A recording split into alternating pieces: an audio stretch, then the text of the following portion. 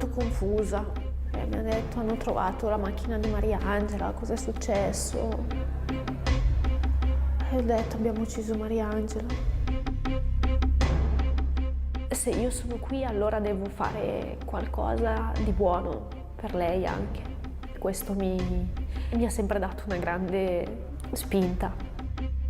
Elisabetta Ballarin, allora diciottenne, drogata, plagiata, viene coinvolta in un assassinio orrendo, riceve 23 anni di carcere. La sua voglia di rimediare agli errori le fa trovare il perdono, una laurea e un futuro. Io a 14 anni avevo già violato le leggi federali sulla circolazione e sugli stupefacenti. Avevo commesso vari reati, come vie di fatto, danneggiamenti, violazioni di domicilio. E niente, è cominciato tutto con delle cavolate. Tra amici abbiamo incendiato delle immondizie per divertirci, abbiamo rubato delle bottiglie di vino e di birra in cantine private. Avevo addosso un po' di marijuana. E la sera mio padre mi ha preso a calci e pedate. Il giorno dopo in banda mi sono vendicato col ragazzo che mi ha denunciato. E lì credo che ho sentito che stavo imboccando una brutta strada. Ticinesi, 15 anni e alle spalle già una discreta lista di reati penali. Come si punisce un minorenne, come lo si gestisce e soprattutto come lo si aiuta? Beh, ce lo raccontano direttamente i ragazzi di casa nostra che sono finiti presto davanti ai giudici e ai poliziotti.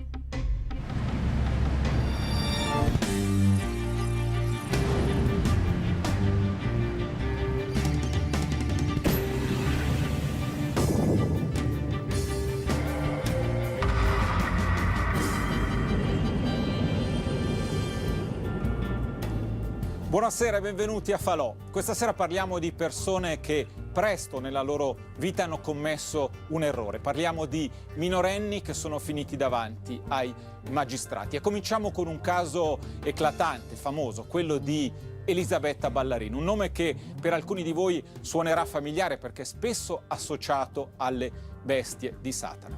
Elisabetta Ballarin non parlava con la stampa dai giorni del suo arresto, quindi da molti anni. Noi siamo riusciti ad incontrarla, ad avere un'intervista esclusiva.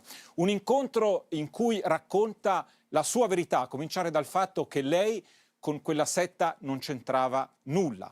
La sua colpa è stata quella di essere coinvolta in un assassinio orribile. Il padre della vittima di lei ha detto deve pagare, ma ha anche aggiunto che la condanna serva a ricostruire una vita. E così è stato perché dalle colpe e dagli errori si è arrivati al perdono e alla rinascita. Una storia, una parabola in fondo che ci racconta Anna Bernasconi.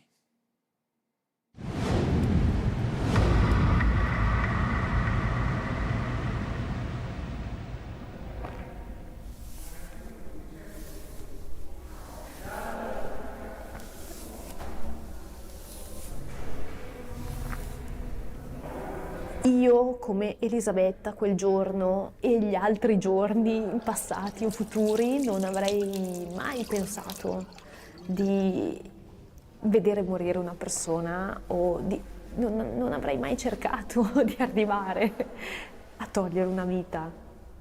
E davanti a una situazione del genere ho agito nella peggiore delle maniere che potessi agire. Ho cercato di difendere, di aiutare a restare pulito una persona che in realtà avrei dovuto immediatamente denunciare. O comunque avrei dovuto fare qualcosa per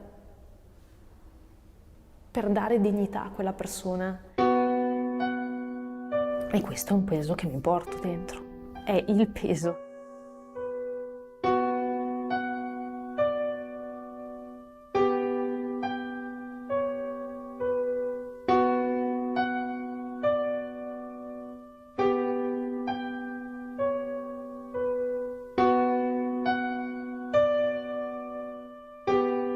Elisabetta Ballarin, 29 anni, è detenuta a Brescia con una condanna a 23 anni per l'omicidio di Mariangela Pezzotta. Il caso in cui è coinvolta è uno dei più famosi eventi di cronaca, il processo alle bestie di Satana. Da quel giorno sono passati 11 anni.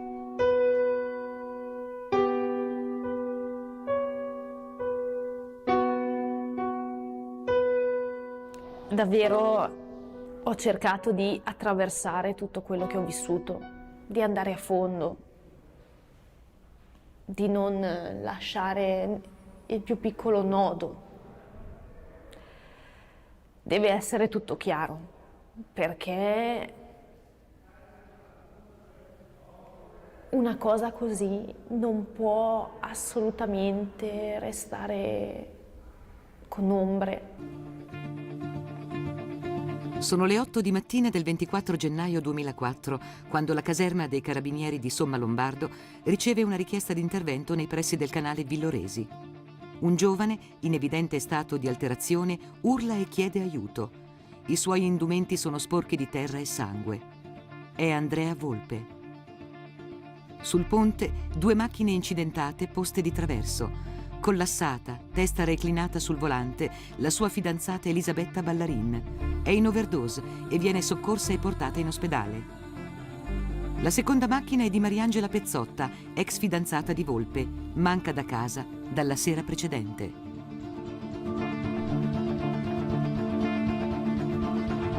Ero molto confusa, molto confusa.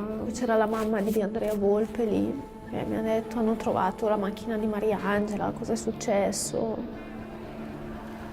E ho detto: abbiamo ucciso Mariangela.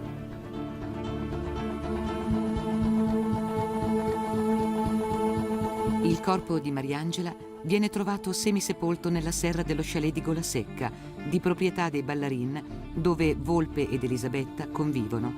Presenta una ferita alla gola e il volto è completamente sfigurato.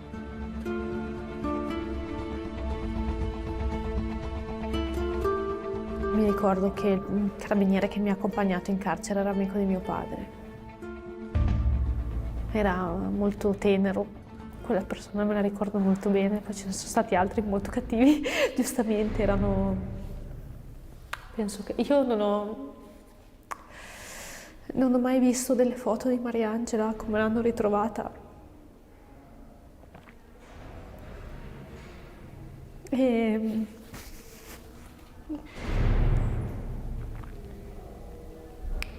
prima o poi le guarderò adesso.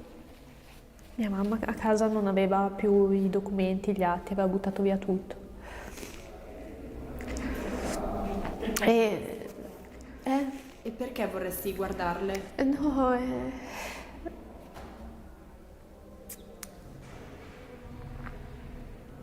perché voglio capire che cosa hanno provato le persone quando l'hanno trovata.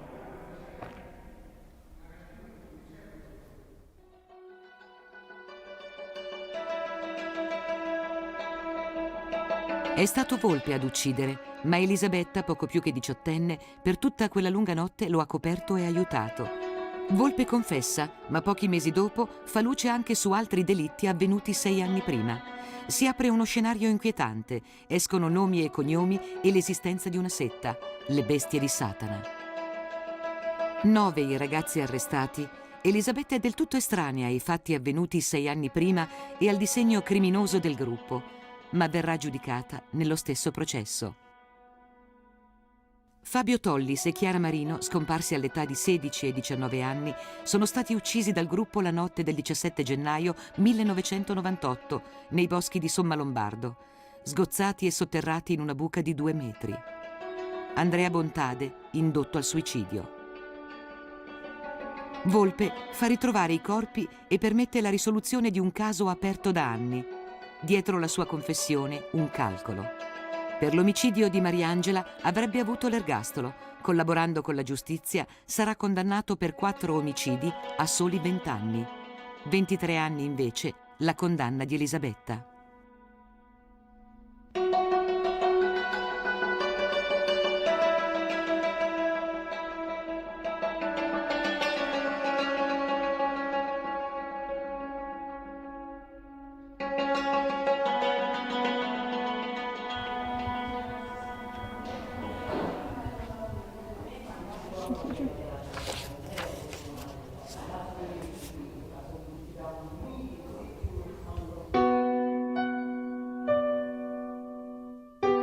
Quando conosce Volpe, Elisabetta ha 14 anni. Lui ne ha 25, è tossicodipendente, disoccupato, suona in un gruppo metal. Lei è di buona famiglia, frequenta il liceo e sta vivendo un momento di rottura con i genitori. Dopo un paio di mesi che ci conoscevamo mi aveva già infilato il primo ago nel braccio e quindi a 15 anni sono entrata nella tossicodipendenza e poi ero legata morbosamente a lui perché comunque mi impediva di vedere le altre persone.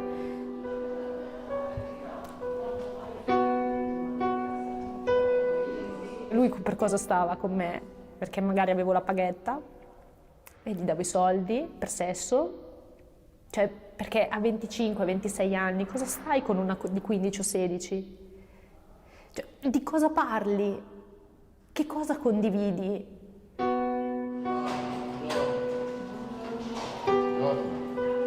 A posto ieri. A posto? Sì, sì, hanno fatto la grande. Sì. Mia mamma sì, non lo sopportava, mia mamma non lo sopportava, però vedeva che eravamo molto legati, quindi se io gli do troppo contro a lui, poi allontano ancora di più lei, cioè eravamo già in una situazione di difficoltà forte. E lei aveva tanti dubbi sul come agire. Mio papà pensava, no, insomma, fra qualche anno, quando lei sarà iscritta all'università, eccetera, non avrà più niente di cui parlare con lui e finirà da sola questa storia.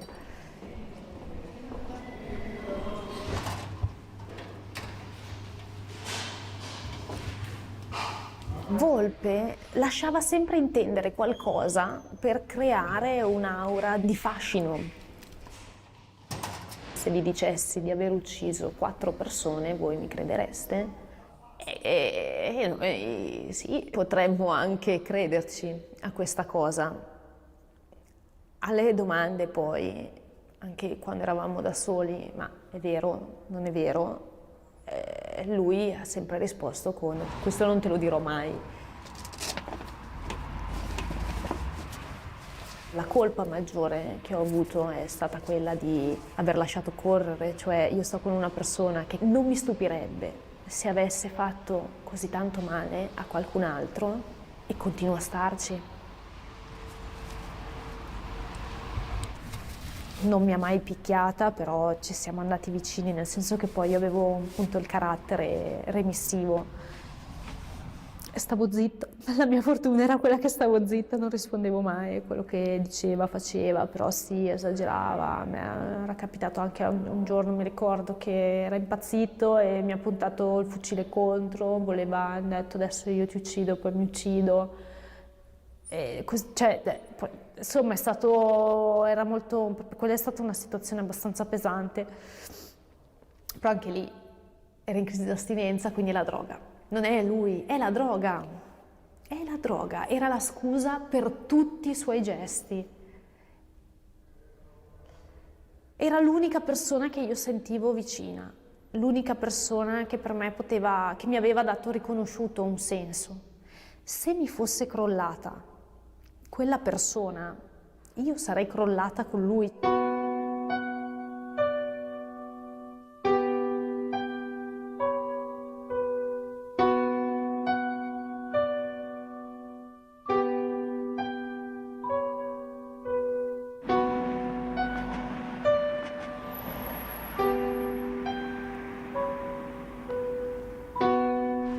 Alle soglie dei 18 anni, Elisabetta, i cui genitori sono separati, lascia la mamma e si trasferisce insieme a Volpe nella casa di vacanza del padre a Golasecca, uno chalet immerso nei boschi del Parco del Ticino.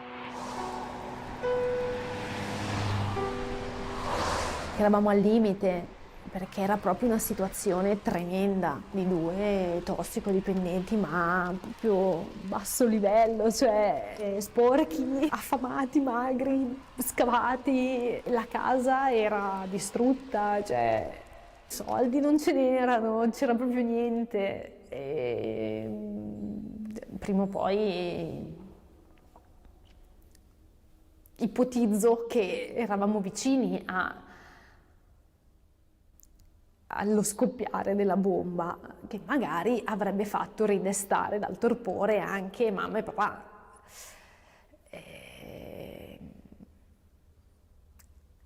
Purtroppo questa bomba non è scoppiata prima e non è, cioè, è scoppiata nel modo sicuramente peggiore che potesse essere.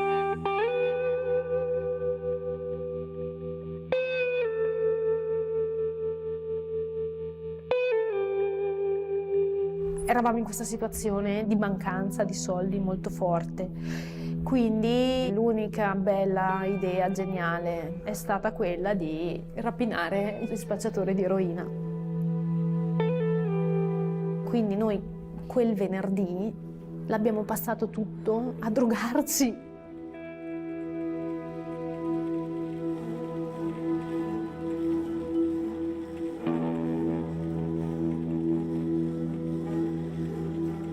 Era la prima volta che vedevo Mariangela quella sera. Mio padre sarebbe tornato dopo un paio di settimane dal suo viaggio per lavoro, quindi c'era da fare la revisione dell'automobile. Inoltre Volpe aveva fatto un incidente con la macchina di mio papà, quindi aveva bisogno di soldi. E quindi la banca, Banca Mariangela, risponde.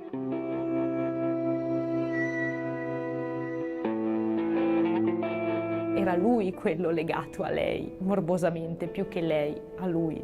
Cioè, lei si era liberata da questa sua soggezione, sicuramente ne subiva ancora una certa influenza, però lo aveva lasciato. Quella sera hanno iniziato a litigare. Ricordo distintamente perché io ero andata nella dépendance da una struttura separata proprio dalla residenza principale e mi aveva mandato via proprio per discutere con lei di alcuni fatti loro personali. E poi dopo alcuni minuti sono rientrata e dal piazzale antistante la casa ho sentito proprio lei che gridava distintamente queste parole: sono stati 10 anni di sofferenza. Mio padre aveva il porto d'armi, aveva una pistola e aveva insomma delle armi lì a casa anche. E lui, fortemente alterato dalle sostanze, e le ha sparato. Sono entrata, ho visto lui davanti a lei stesa in un lago di sangue e lui impietrito. Mi sono avvicinata, sono corsa, ho provato a muoverla. E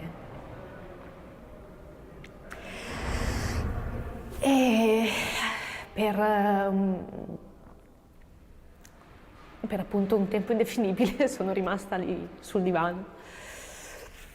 Al che io poi gli ho detto, gli avevo detto, scusa,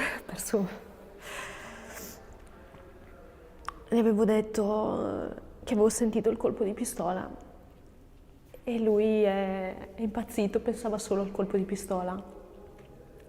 Hanno sentito, magari i vicini hanno sentito, devo fare qualcosa. E ha preso il fucile e ha incominciato a sparare in aria, fuori dalla finestra o sul piazzale, urlando: i botti, Capodanno, E questa situazione surreale proprio. E io ero lì in una bolla di altro, di nulla.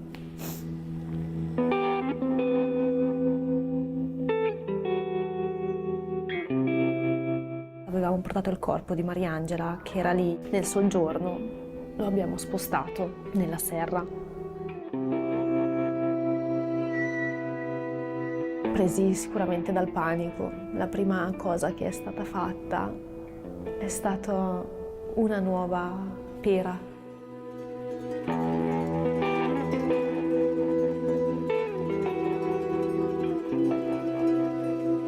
Quella sera Volpe ed Elisabetta hanno consumato eroina e cocaina in quantità massiccia insieme a Tavor, un potente tranquillante. Ad aggravare la posizione di Elisabetta il fatto che Mariangela non muore subito in seguito al colpo di pistola. Risulta ancora vitale quando viene trasportata nella serra. Volpe chiama in aiuto Nicola Sapone, amico e partecipante insieme a lui agli omicidi avvenuti 6 anni prima. Volpe lo accuserà di essere il capo della setta, mandante dell'omicidio, e di aver finito Mariangela a colpi di badile.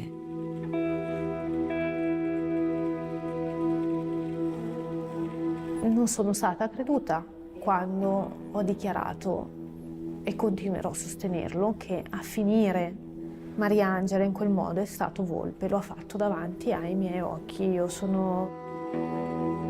Si è messo a cavalcioni in piedi, lei ovviamente era in terra, mi si è messo così sopra e ha iniziato a parlarle. E mi ricordo che le ha detto: lo vedo dall'occhiolino che ci sei, lo vedo dall'occhiolino che sei vivo, una roba così che mi senti, ecco. E quindi ha iniziato a parlarle, poi io ero fuori dalla porta, lo guardavo e gli dicevo: Andrea, andiamo via. E lui non mi ascoltava, continuava a parlare a Mariangela da quella posizione finché poi non ha preso in mano in badile e l'ha colpita. Che io sono entrata di corsa, gli ho messo le mani, ho detto, ma lui si è fermato un attimo, aveva proprio un'espressione folle, come quella che gli avevo visto in volto quando sono entrata in casa. E lui aveva appena sparato, era la stessa espressione. E a quel punto siamo andati via.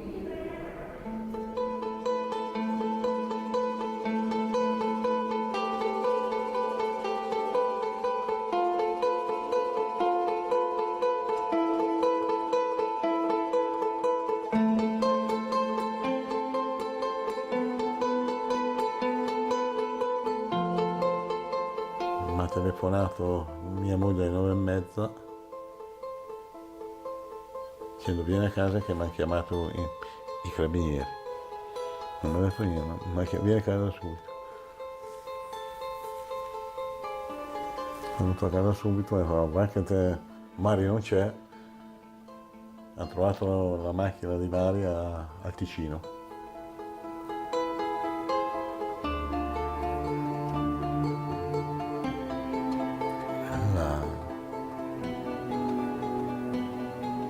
Prendo, vado al Ticino di volata, c'è una macchina di Mari sul ponte messa in diagonale.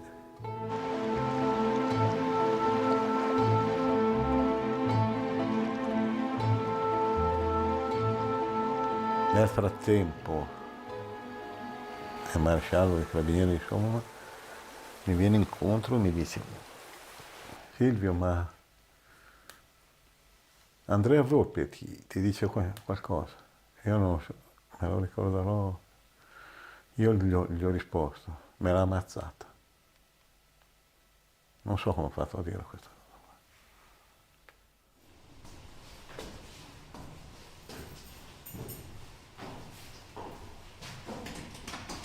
Volpe e Mariangela si fidanzano alle scuole medie. Lui frequenta la casa, conosce la famiglia, un legame mai finito del tutto. Mariangela rimane pulita dalla droga, ma pur subendo violenze da parte di Volpe, non riesce a staccarsi completamente da lui e continua ad aiutarlo anche economicamente. Prima di morire, Mariangela stava dando una svolta alla sua vita. Lui era anche capace, molto convincente a far apparire tutti i suoi mali, le debolezze, poverino. Il poverino, che non mi passerà mai nella testa, è una cosa pazzesca, perché non è assolutamente poverino, tutt'altro. Mari ha dimostrato di essere una ragazza forte alla fine, quando ha detto basta. Ha aperto il negozio di scarpe, di borse, e devo dire che è stato un momento molto bello. si è rimessa in gioco e ha messo tutta la capacità che aveva e le cose stavano andando decisamente bene.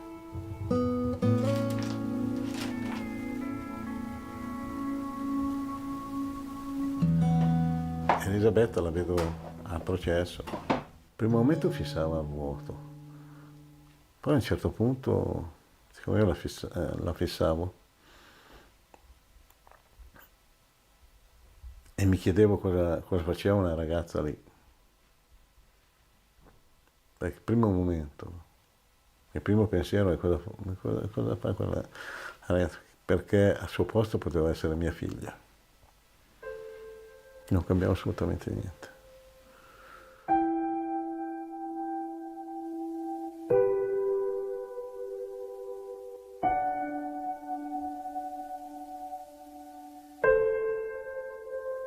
Quel giorno lei è uscita, io ero nella saletta vicino all'aula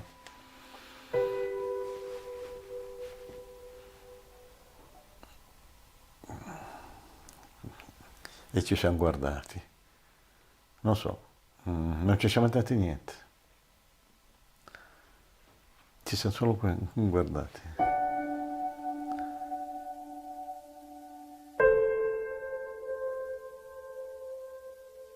Io ho seguito tutto il processo, mi sono fatto le mie idee, possono essere giuste o no, non sono andato solo un giorno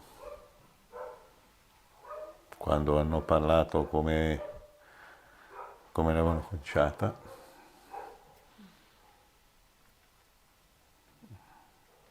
Per il resto l'ho seguito tutto.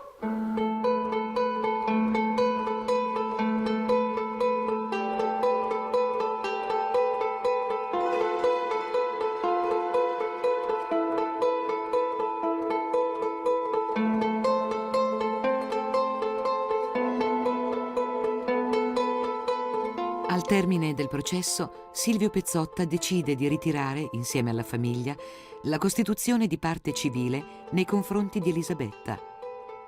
Nel 2012 firma anche la richiesta di grazia per la sua scarcerazione anticipata.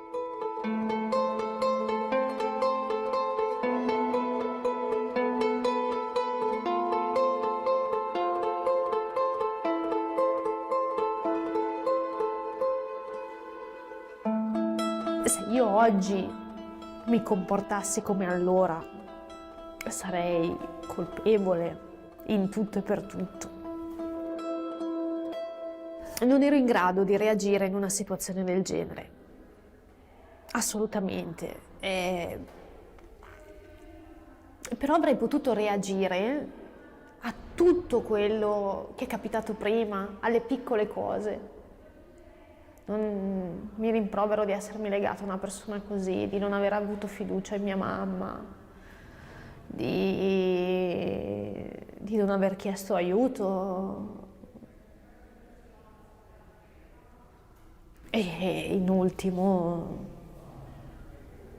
di non essere, di non aver almeno provato a salvarla. Ho pensato fosse morta. La prima cosa istintiva che ho fatto è stata andare verso di lei, muoverla. C'era moltissimo sangue e il proiettile era...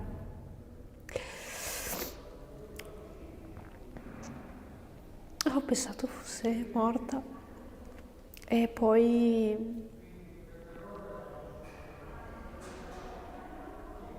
il resto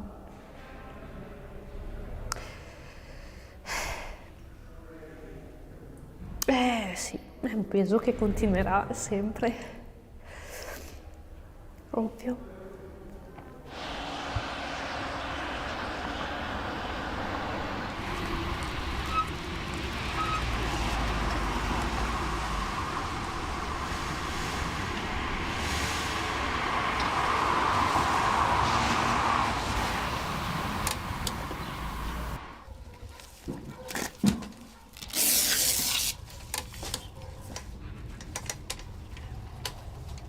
Sarebbe troppo facile dire ma perché vuoi dargli una mano, eccetera, che non merita, non ha partecipato a un atto. Io so benissimo che lei non si dimentica dell'atto, senza usare altri termini. Come non mi dimentico io.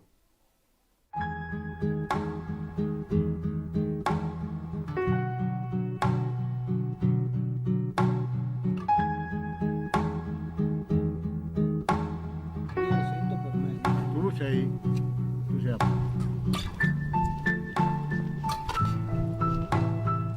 Dopo abbiamo detto, abbiamo visto tutti i percorsi, abbiamo cercato in tutti i modi da sviscerare per capire, alla fine però c'è una cosa che in tutta questa storia io ho perso la figlia, altra parte, però alla fine si è recuperato una vita che era persa.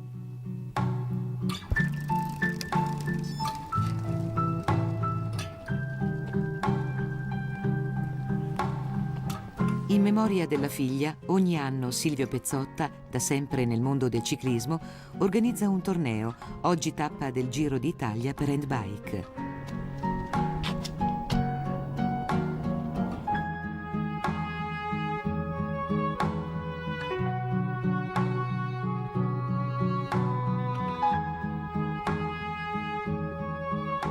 Alla fine, in questo dialogo fra Elisabetta e Silvio, c'è un terzo, che non è un incomodo, ma il filo conduttore che è Mariangela.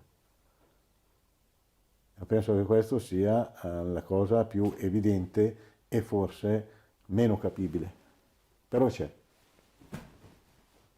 Se io sono qui e lei no, allora devo meritarmela questa cosa, devo dare un senso anche alla vita sua, cioè alla vita che lei non ha potuto avere. Se io sprecassi questo grande dono che ho ricevuto,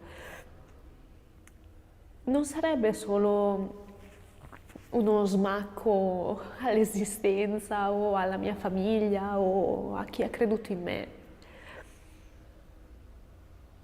ma a un livello più alto, quale sarebbe il senso per cui lei, io ci sono?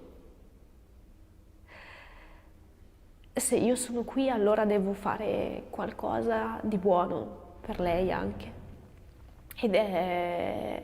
E questo mi ha sempre dato una grande spinta.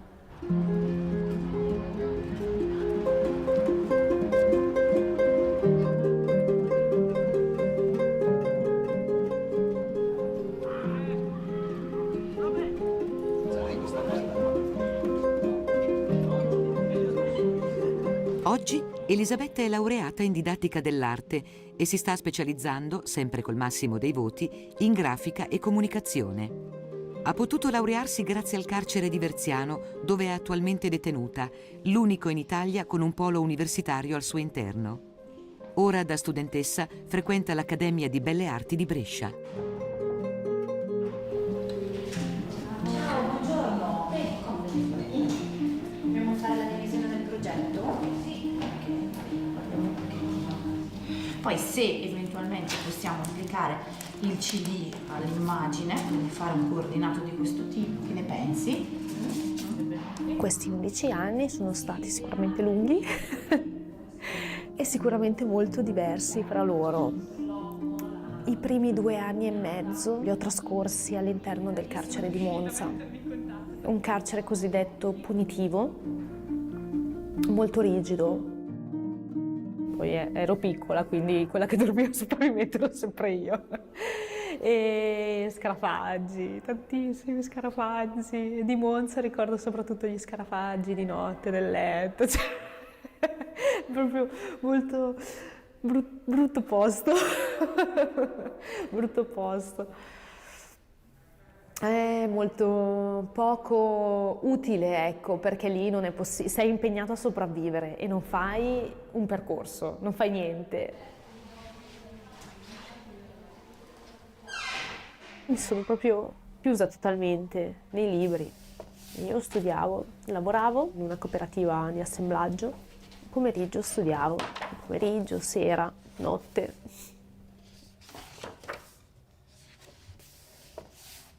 Dopo 11 anni di carcere, oggi Elisabetta è in articolo 21. Ha dei permessi diurni sempre più lunghi per poter studiare e lavorare.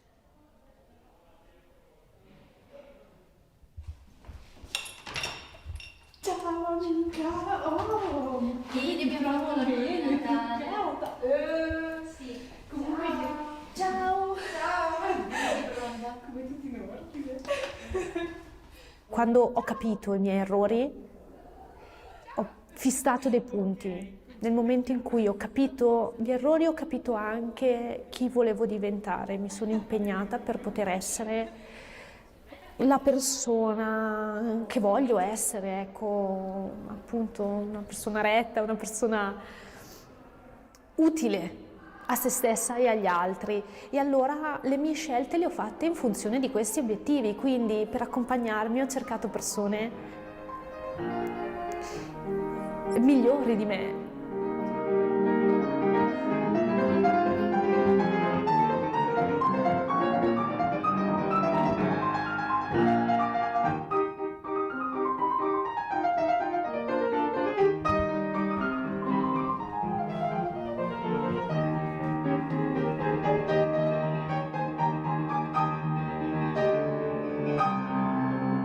Mi sono salvata più volte da tante esperienze, mi sono salvata in primis quando utilizzavo droghe, successivamente sono sopravvissuta quella notte, successivamente sono sopravvissuta al carcere e non solo, mi è stata data la possibilità di ricostruire una vita, nonostante una condanna molto pesante che ho preso.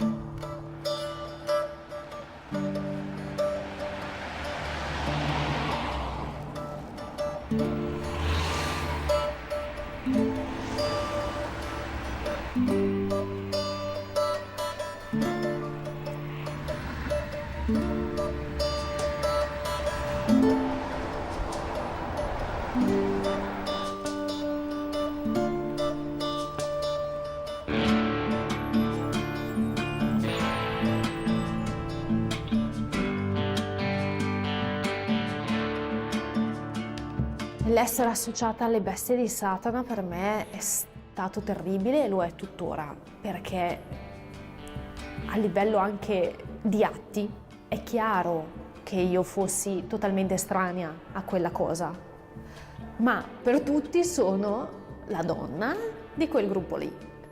E ci hanno fatto film, ci hanno fatto libri, hanno detto tantissime stupidaggini.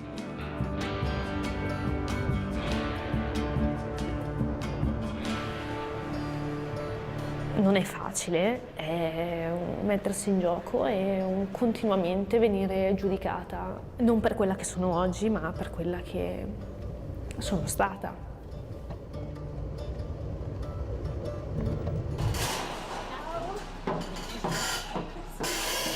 Montisola, lago di Iseo. Da ormai 2 anni, ogni fine settimana, Elisabetta svolge qui attività di volontariato. Si tratta di un progetto di giustizia riparativa rivolto ad alcuni detenuti. Elisabetta è stata scelta per la sua formazione universitaria. D'estate accoglie i visitatori all'ufficio turismo, d'inverno lavora come grafica presso il comune.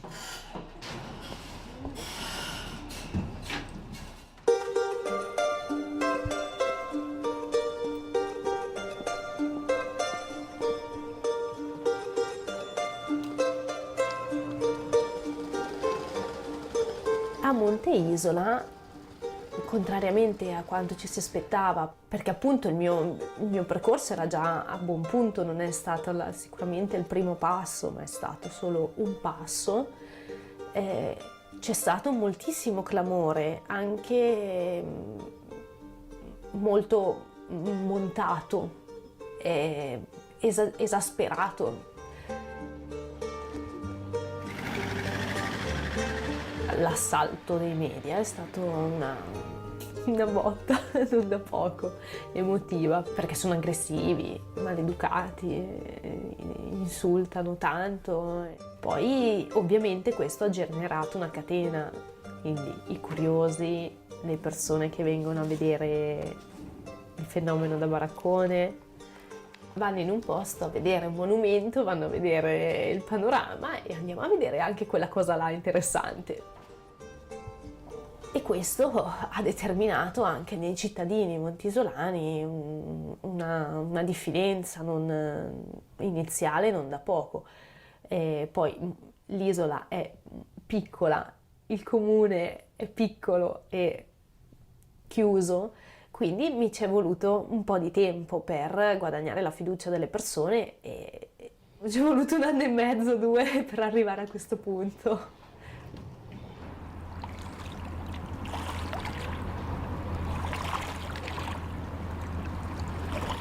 Soprattutto all'inizio volevo rinunciare, poi però insomma sono stata spinta, anche motivata dalle persone, quando hanno grande importanza le persone che mi stanno intorno, perché soprattutto magari in determinati periodi senza l'incoraggiamento delle persone che mi amano e che mi stanno vicino, non ce l'avrei sicuramente fatta. Ritieni di aver perso sua figlia? Assolutamente no. Perché dovrei averla persa, mi scusi? Per effetto di questa sentenza? No, assolutamente no. Ci sono 3 gradi di giudizio, aspettiamo il resto, adesso si lavorerà per l'appello, ma questa mia figlia non la perderò mai. La mia mamma è stata fantastica in tutti questi anni, c'è sempre stata, non ha mai saltato un colloquio.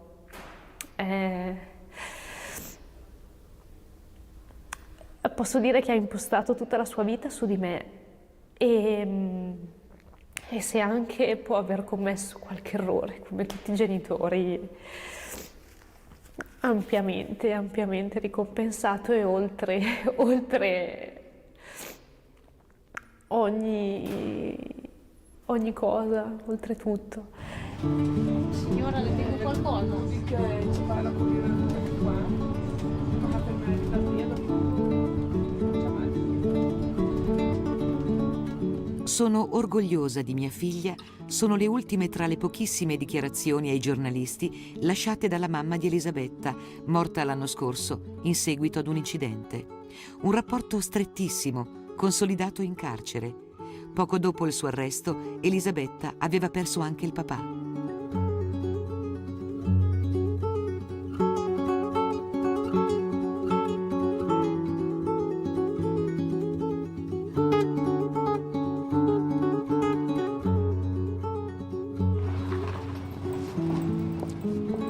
Ho il forte rammarico di non averle restituito tutto quello che lei mi ha dato. Mi sarebbe piaciuto farla un po' smettere di correre a destra e a sinistra, di fare un po' di vita insieme, io e lei, un po' io e lei. Invece siamo state tanto io e lei, però sempre a lottare. No, volevo goderci questa vita un po' insieme, perché se lo meritava. Sono i colleghi della mamma di Elisabetta a istituire in sua memoria una borsa di studio per ragazzi meritevoli. Sarà Elisabetta a riceverla per prima e a poter così frequentare il biennio specialistico che oggi sta portando a termine. Un comune amico mi chiama e mi dice: abbiamo deciso di istituire una borsa di studio. Però mi devi fare, devi essere tu a dargliela. La prima cosa che gli ho detto, ma tu sei fuori di testa. E lui, ma no, e ha lasciato decantare la cosa per 3 o 4 giorni.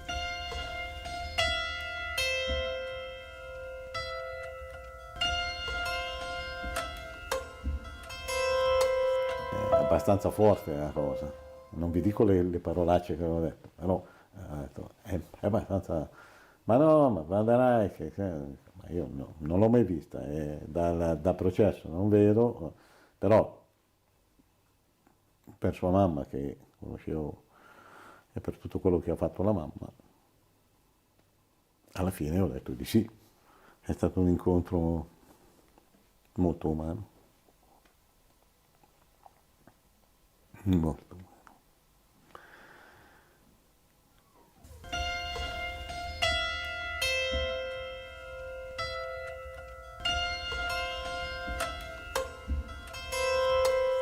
Mi ha detto e mi ha ribadito che non vorrà mai sentire di me che mi sono fermata, vuole che, mi ha detto tu devi andare avanti e voglio vederti sempre sorridente.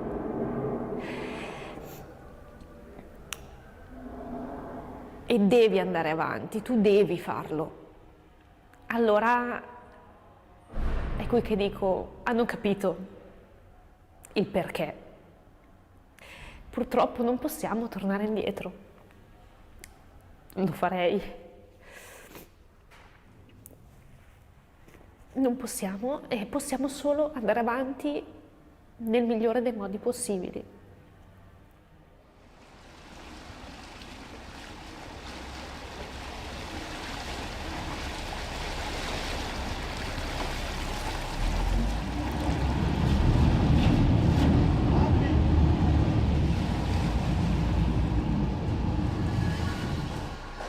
Lei sa che può contarci, nel senso io mi informo della sua vita, attraverso i programmi che ha, l'università, tutte quelle cose che mi sono immaginato per una figlia che ho perso e devo dire che sono convinto che mi ripagherà.